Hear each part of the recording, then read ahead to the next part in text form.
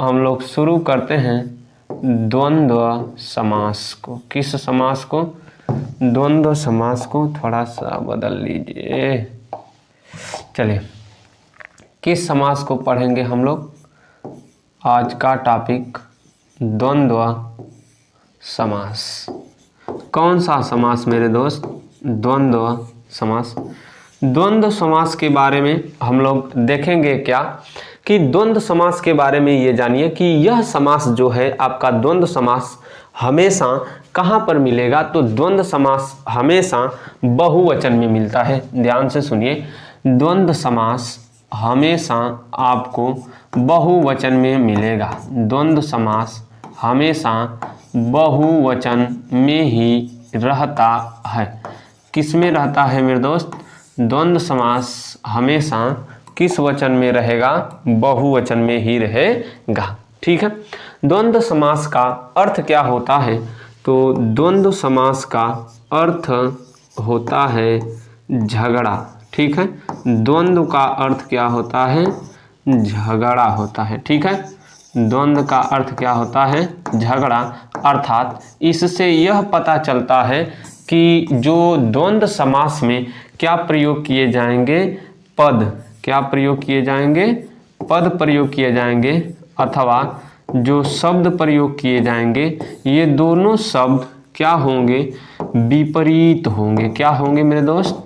विपरीत होंगे, या तो विपरीत जैसे दिखाई देते होंगे। ठीक है। विपरीत होंगे या विपरीत जैसे होंगे। ठीक है। विपरीत होंगे, क्या होंगे? विपरीत जैसे होंगे। दो में से एक ही हो सकता है, या तो विपरीत होंगे या तो विपरीत जैसे होंगे। अतः कह सकते हैं कि द्वंद्व समास में जो प्रयोग किया जाएगा क्या? तो द्वंद्व समास में आपको शब्द कैसा मिलेगा? तो द्वंद्व समास में आपको शब्द मिलेगा या तो विलोम होगा या तो विलोम जैसा होगा। ठीक है। विलोम जैसा होगा। अब सुनिए, द्वंद्व समास में या तो आपको विलोम ही मिलेगा, जैसे आप लोग सुनते होंगे बहुत कि दिन रात। शब्द सुने होंगे ना, दिन रात। ये जो दिन रात शब्द है, दिन का रात शब्द क्या है? विलोम है। तो दिन रात या तो विलोम होगा पक्का, या तो विलोम जैसा होगा। किस समास में? द्वंद्व समास में। पहला बात जानिए, द्वंद्व समास का अर्थ क्या होता है? द्वंद्व का अर्थ होता है झगड़ा। झगड़ा किसका अर्थ होता है? द्वंद्व का।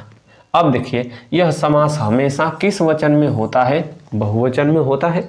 इसमें जो शब्द प्रयोग किए जाएंगे अथवा पद प्रयोग किए जाएंगे यह विपरीत होंगे या विपरीत जैसे होंगे, अथवा विलोम होंगे या विलोम जैसे होंगे। ठीक है। चलिए, और इसके बारे में जानते हैं क्या कि द्वंद्व का अर्थ और क्या होता है। तो द्वंद्व का अर्थ बहुत जगह आपको मिलता होगा युग्म अथवा जोड़ा। द्वंद्व का अर्थ बहुत जगह आपको मिलता होगा क्या? द्वंद्व अथवा जोड़ा। ठीक है। जोड़े में शब्द आएंगे, दोनों शब्द क्या रहेंगे? जोड़े में रहेंगे। इस कारण इसका अर्थ क्या हो जाएगा? तो द्वंद्व समास का अर्थ क्या हो जाएगा? तो द्वंद्व समास का अर्थ हो जाएगा युग्म में अथवा जोड़ा में आए हुए शब्द। फिर इसके पश्चात हम लोग देखते हैं क्या। तो आइए चलिए शुरू करते हैं और इसके बारे में कि और इसमें क्या क्या मिलेगा। ठीक है। तो इसको हम लोग मिटाते हैं, आगे चलते हैं। यह नया पेज लेते हैं, देख लीजिएगा कि और द्वंद्व समास में क्या मिलेगा। तो और द्वंद्व समास में आपको समुच्चय बोधक अव्यय मिलेगा। ठीक है। द्वंद्व समास का आप लोग हर समास में देखे हैं क्या कि हर एक समास में दो प्रकार की प्रक्रिया की गई है। एक सामासिक पद, एक क्या बनाया गया है? समास करके सामासिक पद बनाया गया है। समास की प्रक्रिया के द्वारा क्या बनाया गया? समासिक पद। और समास विग्रह करके क्या किया गया है? विग्रह किया गया है, या पदों को क्या किया गया है? अलग किया गया है। पदों को क्या किया गया है दोस्त? अलग किया गया है। चलिए हम लोग देखते हैं, जब सामासिक पद करेंगे, ध्यान से सुनिए, जब सामासिक पद करेंगे तब किसका, तो एक प्रयोग किया जाता है, इसमें समुच्चय बोधक अव्यय। क्या प्रयोग किया जाता है? समुच्चय बोधक अव्यय। जब मैं आपको शब्द पढ़ा रहा था तो समुच्चय बोधक अव्यय के बारे में बहुत ही विस्तृत रूप में मैंने चर्चा किया था मेरे दोस्त। ये जो समुच्चय बोधक अव्यय है यह क्या करने का काम करता है?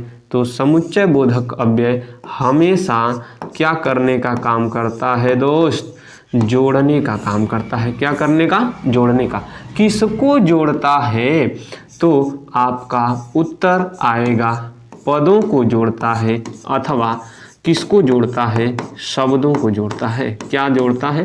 पदों को अथवा शब्दों को जोड़ता है समुच्चय बोधक अव्यय। यह शर्त थी, लेकिन अब मैं द्वंद्व समास में इसका काम बता रहा हूँ कि द्वंद्व समास में इस समुच्चय बोधक अव्यय का क्या काम है। तो द्वंद्व समास में जब समासिक पद करेंगे, तो इस समासिक पद को करते समय समुच्चय बोधक अव्यय का क्या कर दिया जाता है? लोप कर दिया जाता है। समुच्चय बोधक अव्यय का लोप कर दिया जाता है। और जब आप विग्रह की प्रक्रिया करते हैं, कौन सी प्रक्रिया? विग्रह की प्रक्रिया करते हैं, तब आप समुच्चय बोधक अव्यय को प्रदर्शित कर देते हैं। समुच्चय बोधक अव्यय को क्या कर देते हैं? प्रदर्शित कर देते हैं, अथवा विग्रह के समय समुच्चय बोधक अव्यय दिखाई देता है। जैसे हमने आपको अभी पीछे बताया कि आपको क्या मिलेगा? एक शब्द रात दिन, ये शब्द हमने दिया था।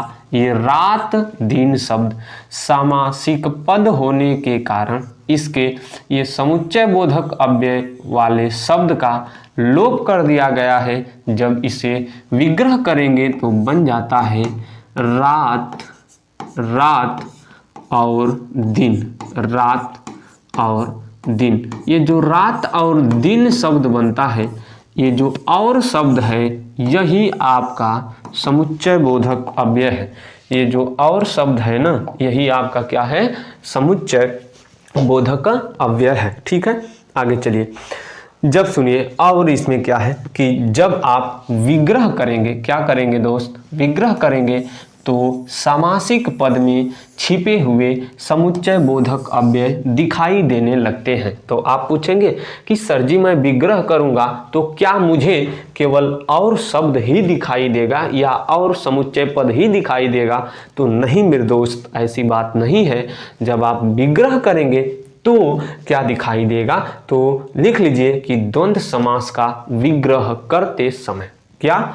द्वंद्व समास का लिख लीजिए आप लोग कि द्वंद्व समास का थोड़ा सा तिरछा लिखा जाएगा तो कोई दिक्कत नहीं है। जब हम पढ़ाएंगे विग्रह करते समय, ठीक है, जब आपको समास पढ़ाएंगे ना, इसको लाइन वाइज लिखा देंगे। विग्रह करते समय, विग्रह करते समय, क्या करते समय? विग्रह करते समय। ये भाई साहब ये क्यों पतला हो गया? विग्रह करते समय, ठीक है, विग्रह करते समय या विग्रह करते समय या अथवा और तथा, या अथवा और तथा। ये तो 4 ठो मिला, अभी और आपको मिलेगा क्या? आदि इत्यादि। ठीक है, विग्रह करते समय आपको क्या मिलने वाला है? तो और, तथा, या, अथवा के साथ साथ मुख्य रूप से यही 4 दिखाई देंगे, लेकिन समान रूप में आप जब विग्रह करेंगे तो इत्यादि शब्द भी कहीं कहीं दिखाई देगा और आदि शब्द भी कहीं कहीं पर दिखाई देगा। ठीक है, तो चलिए हम देखते हैं कि हमने आपको अभी तक क्या बताने का काम किया। हमने आपको बताया भाई साहब कि आज हमारा टॉपिक होगा द्वंद्व समास। द्वंद्व समास में हमने क्या बताया कि इसका अर्थ क्या होता है। इसका अर्थ होता है झगड़ा, युग्म अथवा जोड़ा। हमने बताया कि द्वंद्व समास हमेशा किस वचन में रहेगा, बहुवचन में। यदि समास से यदि आपके समक्ष प्रस्तुत होता है प्रश्न कि द्वंद्व समास किस वचन में होता है या हमेशा रहता है, तो द्वंद्व समास हमेशा बहुवचन में ही प्रयोग किया जाता है या रहता है। द्वंद्व समास में आपको जो पद अथवा शब्द मिलेंगे यह कैसे होंगे, तो यह विपरीत होंगे या विपरीत जैसे होंगे। अतः मैं कह सकता हूँ या आप लोग कह सकते हैं कि द्वंद्व समास में प्रयोग किए जाने वाले शब्द या तो विलोम होंगे या विलोम जैसे होंगे। फिर इसके बाद हमने बताया कि इस द्वंद्व समास में जब मैं क्या करूँगा, समासिक पद करूँगा, तो समुच्चय बोधक अव्यय का लोप कर दिया जाएगा। तो आप लोगों में से किसी ने पूछा कि सर जी ये बताइए कि समुच्चय बोधक कौन कौन सा होगा या किसका किसका लोप किया जाएगा। तो या, अथवा, और, एवं, तथा जैसे समुच्चय बोधक अव्यय का क्या कर दिया जाता है, लोप कर दिया जाता है। और जब मैं इसका विग्रह करता हूं तो ये सभी समुच्चय बोधक दिखाई देने लगते हैं। फिर हमने बताया कि जोड़ते समय, अब क्या जोड़ते समय आगे लिख लीजिएगा कि इसका अधिकांश उदाहरण योजक चिन्ह से लगा होता है। नोट नंबर करके यदि आप चाहें तो लिख सकते हैं कि द्वंद्व समास का किस समास का, तो लिखिएगा आप लोग कि द्वंद्व समास किस समास का, द्वंद्व समास का अधिकांश उदाहरण, द्वंद्व समास का अधिकांश उदाहरण लिखिएगा दोस्त, द्वंद्व समास का अधिकांश उदाहरण किस चिन्ह से, तो उत्तर आना चाहिए आपका योजक किस चिन्ह से, योजक चिन्ह से, किस चिन्ह से, तो योजक चिन्ह से, योजक चिन्ह से लगे होते हैं, यानी हमने लगे होते हैं। देखिए दोस्त, मैं इस बात का वर्णन इस प्रकार से बता रहा हूँ। यहाँ पर हमने रात और दिन लिखा ना, इस रात दिन के बीच में हाय देखा कहा भैया, हाय कहा बतावा का योजक चिन्ह। ये जो आपका होता है दो पदों को या दो शब्दों को जोड़ने का जो काम करता है वह क्या होता है, योजक चिन्ह होता है। ठीक है, तो देखिए हमने इतना बताया मेरे दोस्त, स्क्रीनशॉट बना लीजिए। अब मैं इसको मिटाऊंगा और मिटाने के बाद इसको स्क्रीनशॉट अभी बना लीजिए, क्योंकि मैं बाद में नहीं बनाने का मौका दूंगा। देखिए ये है आपका पहला पेज, ये है आपका दूसरा पेज, और ये अब हम लोग चलेंगे तीसरे पेज की ओर। लेकिन आपको करना क्या होगा, ये मिट गया, नया पेज हमने शुरू किया। और यहाँ से आप लोग लिखेंगे क्या, तो आप लोग लिखने का काम करेंगे क्या मेरे दोस्तों। अब से शुरू हो रही है आपकी परीक्षा। इस परीक्षा में आप लोग फेल होंगे कि पास होंगे, तो अब आप ही लोग जानते हैं। अब यहाँ से हम लोग शुरू करने जा रहे हैं क्या, द्वंद्व समास की परिभाषा। क्या देखेंगे, द्वंद्व समास की परिभाषा शुरू करेंगे। और आप लोग भी लिखिएगा, ये नहीं कि आप लोग बस वैसे ही काम कर लें और मनमानी करें। तो द्वंद्व समास की हम लोग क्या लिखेंगे, अब द्वंद्व समास की परिभाषा की ओर अग्रसर होते हैं।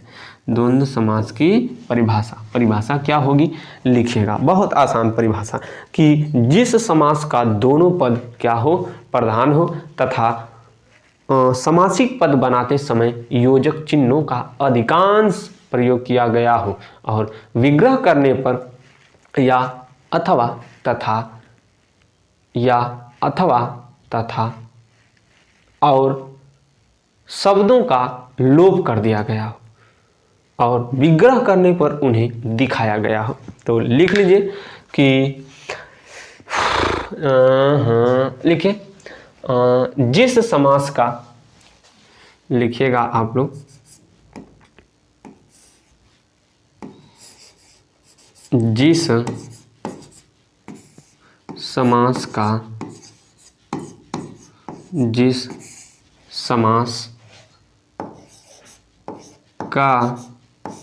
दोनों पद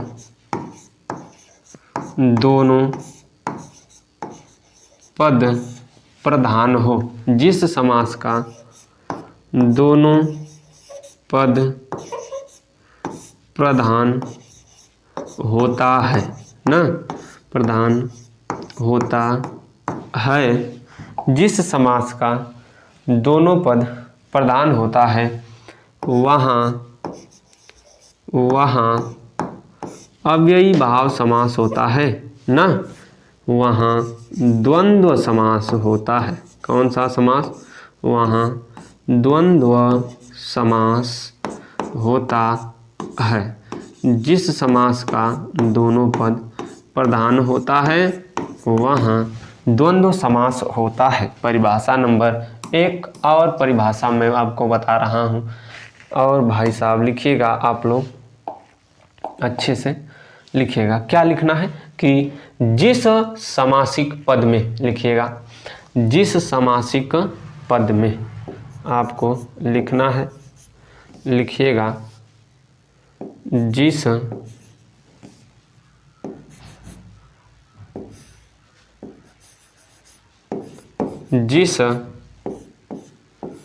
सामासिक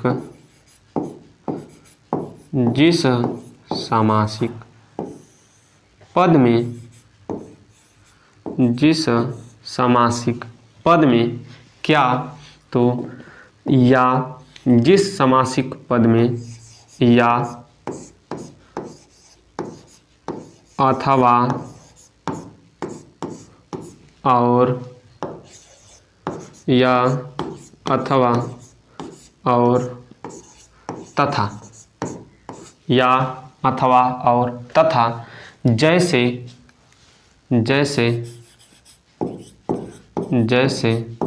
समुच्चय बोधक अव्यय, हाई हो गया समुच्चय, पूरा लिख दे भाई साहब, नहीं तो जैसे समुच्चय बोधक अव्यय, समुच्चय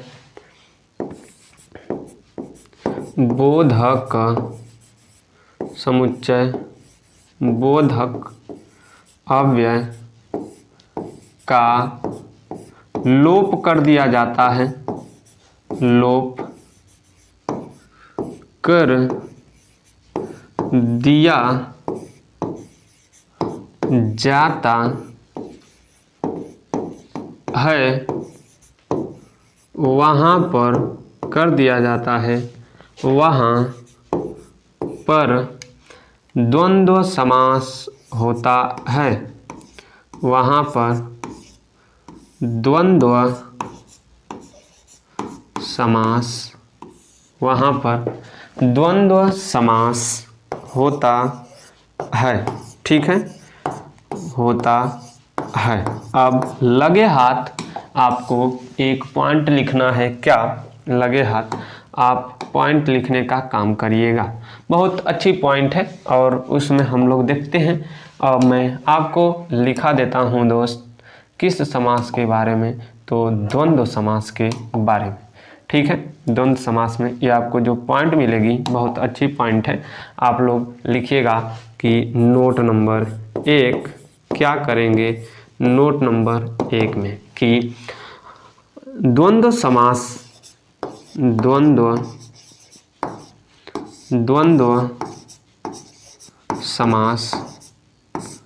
का विग्रह करते समय, द्वंद्व समास का विग्रह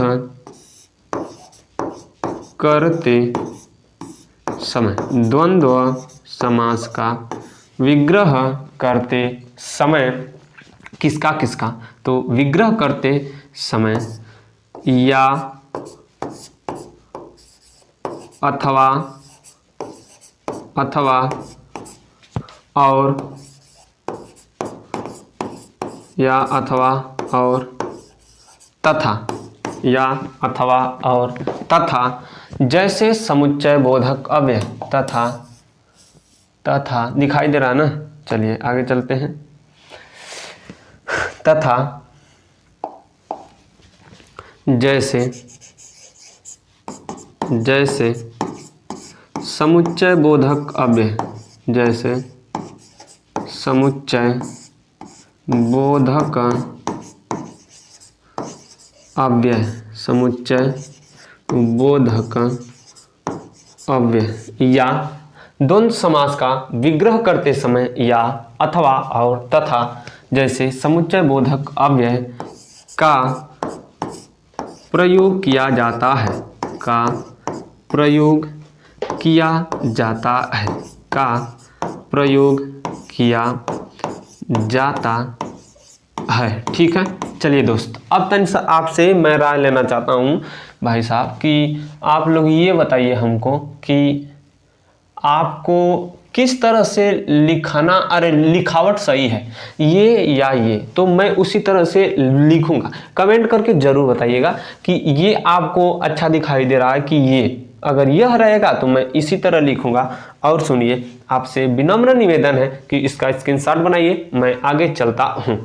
स्क्रीनशॉट बनाइए, मैं आगे चलूँगा। हो गया, चलिए थोड़ा सा लिख लेते हैं, फिर छोटा करके इसका जूम इन करके मैं आपको फिर से स्क्रीनशॉट मारने के लिए दे दूंगा।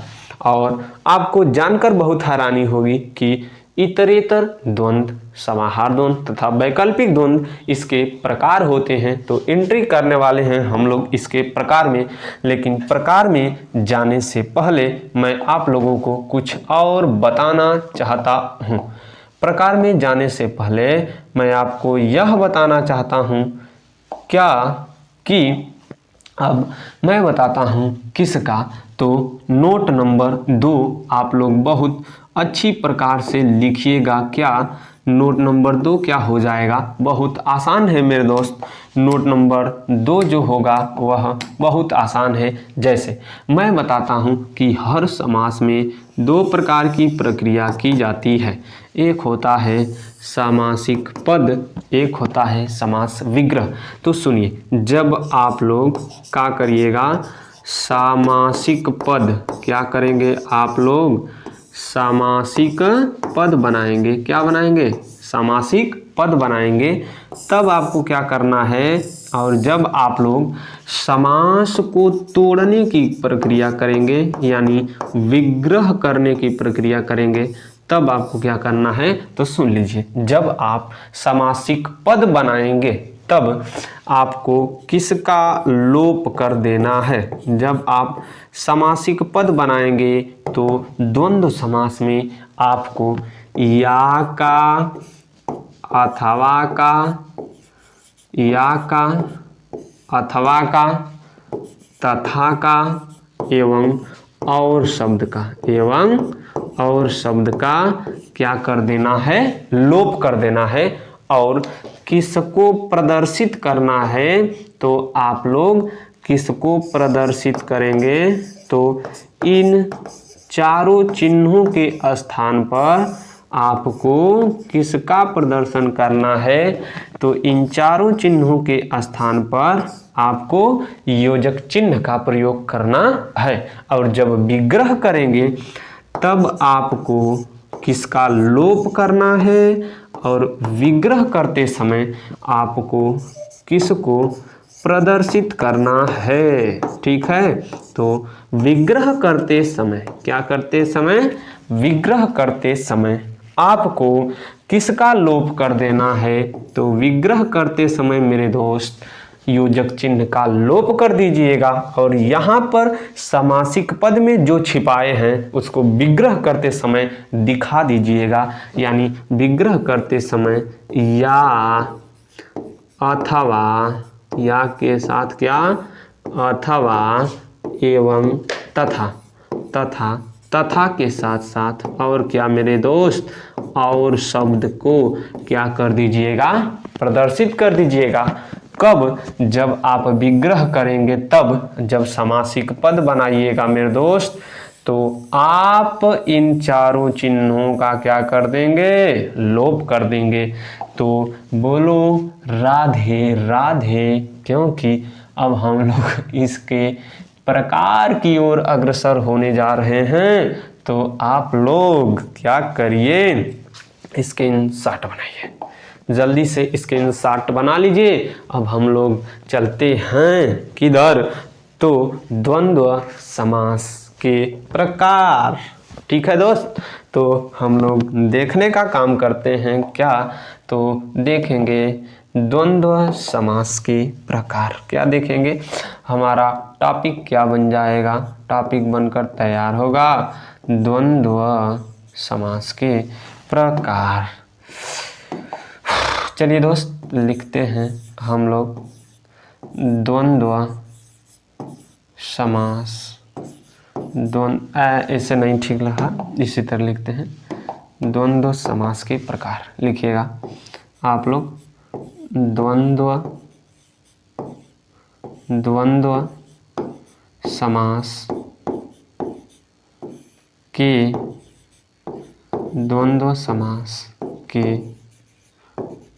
प्रकार।